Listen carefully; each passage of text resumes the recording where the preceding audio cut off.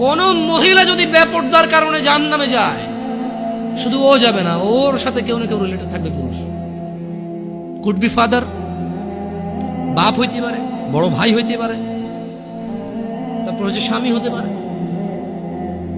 যদি ওর জাহান্নামে যাবার রিজনই হয় বেপরদা, বেখোলা, খোলামেলা চলাফেরা।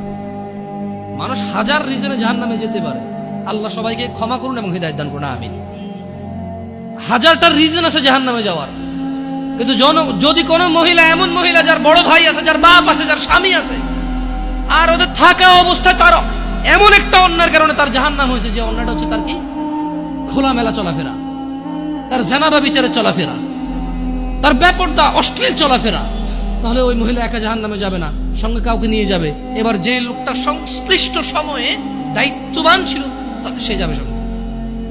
এটা খুব সিম্পল লজিক, কিন্তু কান টানলে কি আসে? কান টানলে কি আসে? ওই মহিলা যদি সংশ্লিষ্ট রিজনে যদি জাহান্নামে যায়, সংশ্লিষ্ট সময়ে যে দায়িত্ববান পুরুষ তার অভিভাবকত্বের মতো ছিল, যার উচিত ছিল তার জন্য সামর্থ্য অনুযায়ী জামা কাপড় কিনা সুন্দর দেখে, সামর্থ্য অনুযায়ী খাওয়ার দাওয়ার ব্যবস্থা করা, তার আর অর্থনৈতিক অবস্থার উপরে ডিপেন্ড করে, সামর্থ্য অনুযায়ী ওর কমফোর্ট জোনে রাখা হোক, সামর্থ্য অনুযায়ী যতটুকু আছে উজাড় করে দেওয়া ওর পিছনে, সংশ্লিষ্ট ব্যক্তিটার জন্য দায়ী থাকে।